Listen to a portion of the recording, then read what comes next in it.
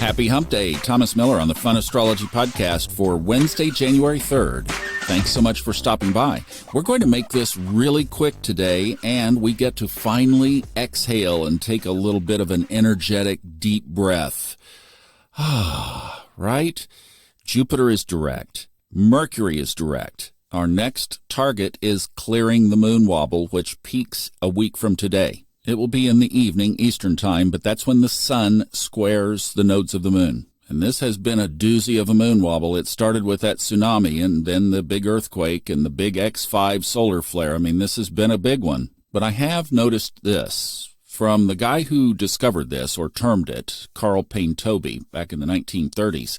He says when the sun either squares or conjoins the nodes, you go 7 days past that date. So that would put us to January 17th officially. I've seen it get really weak, like not much happens after the peak.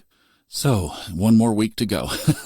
Get through next week. Then we will be clear pretty much up to the eclipses. Now, we have a Libra moon. It moved in last night, so we have an early degree Libra moon coming into the morning. We have a sign change tomorrow morning at 10 o'clock a.m. Eastern. Mars enters Capricorn. Mars, being one of the great malefics in Hellenistic astrology, is in exaltation in Capricorn. And Saturn, of course, the ruler of Capricorn, says, "Come on in, take your shoes off, stay a while." I went back and looked at a couple of the past transits of Mars into Capricorn. One of them was February 16th, 2020. You remember that? How about December 27th, 2008? You remember 2008, 2009? So those were a couple of times, but remember that Mars takes 1.88 years to orbit the sun, so this is a frequent phenomenon. However, I think it will be interesting, especially with it moving in there so early here, and we started this year with a Mercury retrograde and a moon wobble. That's the natal chart of 2024, so let's see what hand Mars shows in Capricorn. I will say this, there are always two sides of the coin. You've heard that about, 1 million times on this podcast?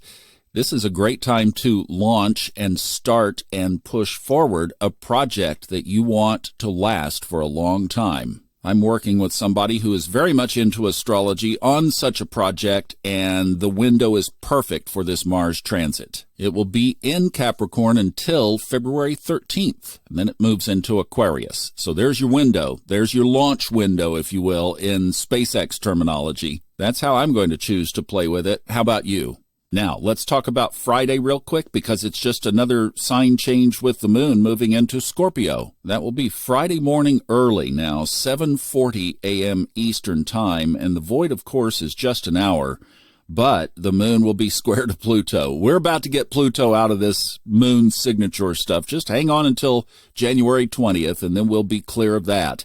But yeah, a square aspect. So the lunar aspects, the just before the void, of course, this week, have been a little bit difficult, but the one on Sunday is actually pretty good. We'll talk about that on Friday. Going to take the day off tomorrow. We'll see you back on Friday, and then I'm expecting a Ray Merriman on Saturday. I'm also working on some intraday things on TikTok and Instagram and YouTube, so if things are happening in between, I'll catch you there on some videos. Really trying to work on that here this year. It's a New Year's resolution, you know. So mostly, stay on the high timeline. Make your choice. I am going to live my highest timeline. Flip that coin over on the astrology and go for it.